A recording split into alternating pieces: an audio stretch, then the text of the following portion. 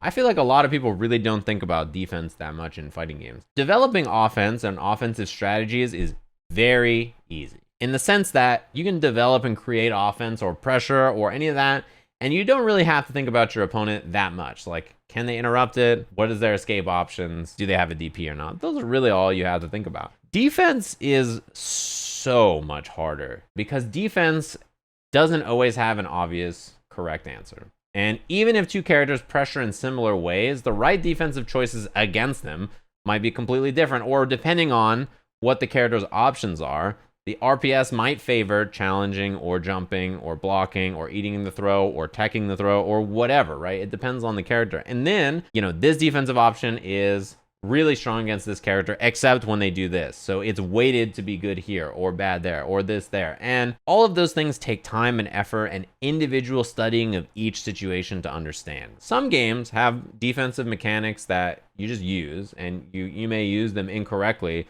but you feel like, oh, I'm doing the right thing. And you might be answering that offense incorrectly with your defensive choice, but you may not know it until you understand what all of the offensive structure and risk reward is, and the defensive structure and risk reward is, and compare those things side by side, truly like judging what is good defense here, what is bad defense here, did I make the right choice or not, etc., is hard to weigh, right? It takes a long time to figure out, especially if the offense hasn't even been developed yet. People find a way to make that tighter or better or cover that option or make that defensive escape option weaker or whatever it is, right? These things are variable. For me in particular, I don't think that the defensive options in Strive are weak. I don't think they're like a game where like the defense is really strong, a game where you can just survive on defense and block it out all the time, right? I don't think it's that kind of game either.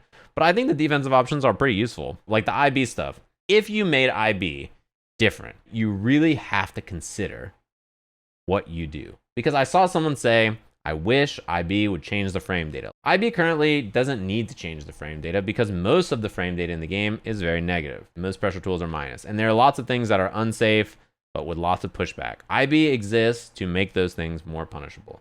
You can look at how many things in the game are -7. Close slashes almost universally are 7 frames. They expect that if they do it too close or if you IB it, you can punish with your close slash, and that's a pretty big punish and a pretty big reward for IBing in a situation. Just try to play any character in training mode with the IB settings like always on, right? Against like a computer, and see how much offense in the game is safe to it. It's like almost none. And particularly with the more limited Gatling routes in the game, IBing stuff is easier in the sense that you know the options of what they will Gatling into. So IBing there makes sense. You say, okay, on this Gatling route, I can IB here, and there's no other options besides this or this.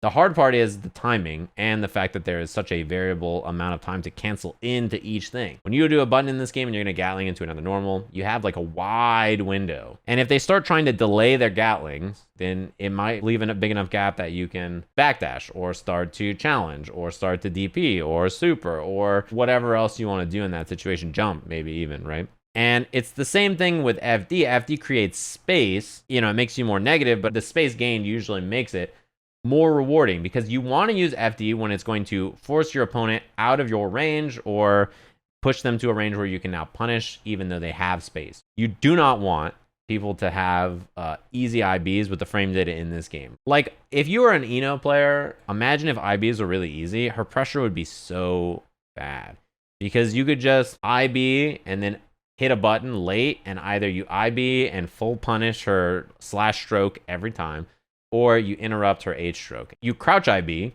since it's a low, and you duck under Chemical Love and then punish Chemical Love, right? You know what I mean? It's like, that's really bad. There's a lot of characters that it makes their offense significantly weaker because you just put them point blank. They're like -10 with pushback, and now they're -10 point blank, and then they just explode. Just bring back natural Gatlings. If you do something like that, it obviously changes the way pressure works in the game. Just do X. It has cascading results on the rest of the game. The game was built with these Gatlings in mind, and the defensive mechanics and things like risk and like all kinds of other choices in the game are built around these specific things. Imagine if Soul could just Gatling 5k close slash far slash and then now be cranking your risk with 3 buttons and still be plus. You do not want something like that to happen to you. I've only played a few players that are very good at IB, and every time you fight someone who is good at IBing, the reason they're good at it is they practice it and they tried it. And more importantly, Once you find someone who uses the system mechanics well,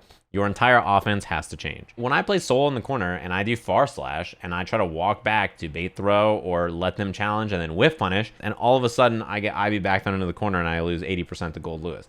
That happens to me many times. So then the next time it happens, I see the white flash and I think, okay, IB time. I'm point blank. I hit 5K and I'm halfway across the screen because it was IBFD and I'm like, fuck. Well, I'm whiffing and then I die. And I'm like, this is pretty weird to adjust my offense to. You ask a very important question. Why would you want to IB or why would you want to IBFD? When you're defending in this game, what you want to do depends entirely on the character, entirely on the situation, entirely on what they're doing on offense. It is very important to understand that defense relies on understanding the offensive options and answering with your own response. I think a lot of people just think like, I should just hold Faultless and then push them away and I should be chilling. But that's not how all moves work. Like when you're fighting Soul, for instance, I don't Faultless him until he commits to a frame trap. When Soul commits to his 5K or his /H gun flame, that's when I want to Faultless, because then the pushback creates space.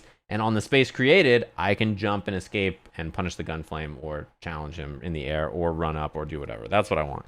But I don't just Faultless when I'm blocking far slash and a far slash and a far slash, because it doesn't help me. Defense takes a lot of time to learn and understand. I don't think anybody has the defense figured out for even probably most of the matchups. They probably have ideas about what to do, but they don't. I mean, there's a reason that burst exists, and there's a reason that the wall breaks, right? These are defensive things that help you survive the game, besides just your decision-making with challenging, jumping, throwing, DPing, Faultless, IB, IBFD, YRC. Even if you fuck up, that's what burst on the wall is for. There are two other things to save you from the defensive decision you made that was wrong. IBFD is cool, but it's too hard. It is not that hard if you practice it. It is still hard, but it is not as impossible as people make it out to be. Like most things, if you don't practice it, it is difficult to do consistently. Do you see how far away my opponent is after IBFD? The H just like the Gatling just doesn't hit. I'm just out of the corner. I just fought my way out by doing an IBFD on defense. I was also playing on console, so my timing was awful. If you want to practice it, try it when people meet you. Just try it. I know it sounds a little spooky, but just try it in training mode a bit and try it when you're playing online. And you'll find that doing it when people are meeting you is actually much easier than you think. And most importantly, you don't really have a big penalty to risk it. You just do IBFD and either you get it or you block. Defense is hard. It's access to something truly powerful with effort if you practice it, right? Isn't that what people like about fighting games? Or am I confused? Listen. This is the point I'm making. Sajam fans are true gamers, okay? They're true gamers. I try to warn you guys that Sajam fans are gamers. They're good. I play Red Dead. I'm sweating out here. It's like 3-2, right? Next week's 2-3. People in the chat are like, hey, Sajam, can you give me an existential list of all the buffs you would give to Kai? And I'm over here trying to dodge the swords and shit in the corner from Red Ditto, and I'm just like, hell, this shit ain't a game. I'm trying to tell you.